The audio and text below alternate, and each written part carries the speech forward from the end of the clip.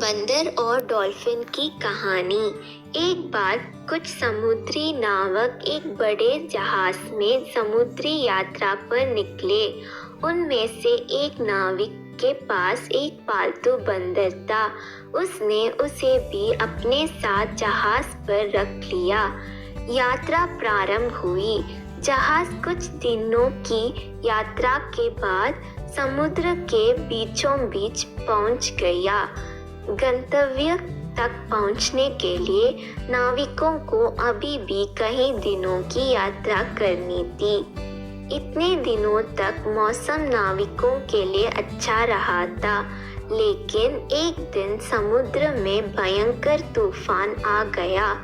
तूफान इतना तेज था कि नाविकों का जहाज टूट गया।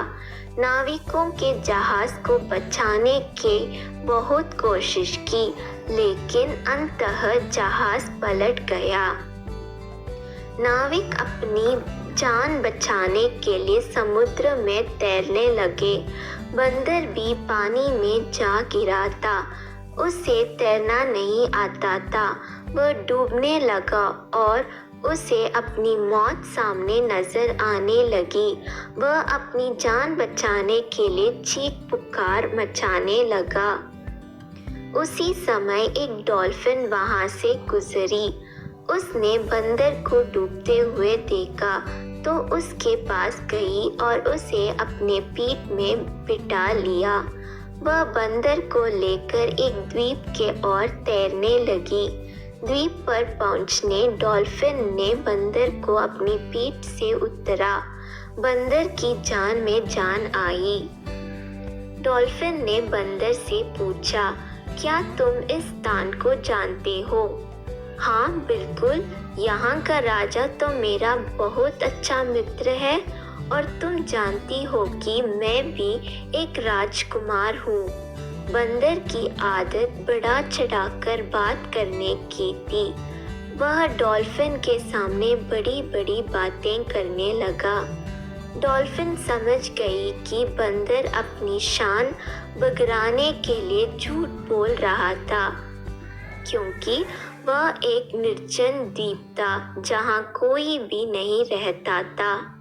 वह बंदर की बात का उत्तर देते हुए बोली, हो तो तुम एक राजकुमार हो, बहुत अच्छी बात है, लेकिन क्या तुम्हें पता है कि बहुत जल्दी तुम इस द्वीप के राजा बनने वाले हो?